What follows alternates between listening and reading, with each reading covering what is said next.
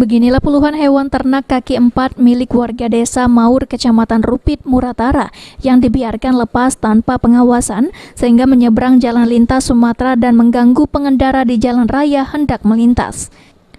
Banyaknya hewan ternak yang dibiarkan liar di jalan membuat jalan lintas Sumatera yang cukup ramai terganggu. Hal ini dikhawatirkan bisa menyebabkan kecelakaan.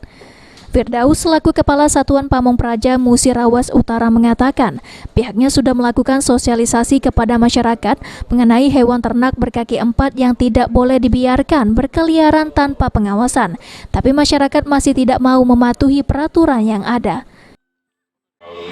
Apa namo ya di situ.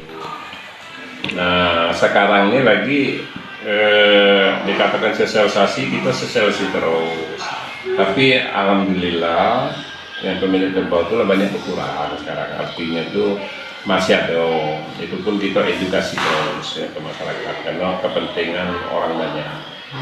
Kalau yang bahaya itu kan bagaimana kalau keluarga kita, nah, kita harus mikir untuk itu. Kemarin juga aku buat lagi surat ke kecamatan untuk dihimbaukan di kabupaten supaya dilakukan pendekatan dengan yang pemilik itu, bagaimana mengalihkan tempat kerbau itu mencari makan tidak melintasi jalan umum.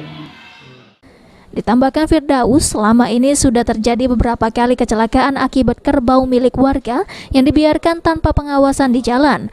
Meski tidak ada korban jiwa, tapi kendaraan pengendara rusak berat akibat menabrak kerbau yang melintas di jalan raya. Adi Arianza, PAL TV.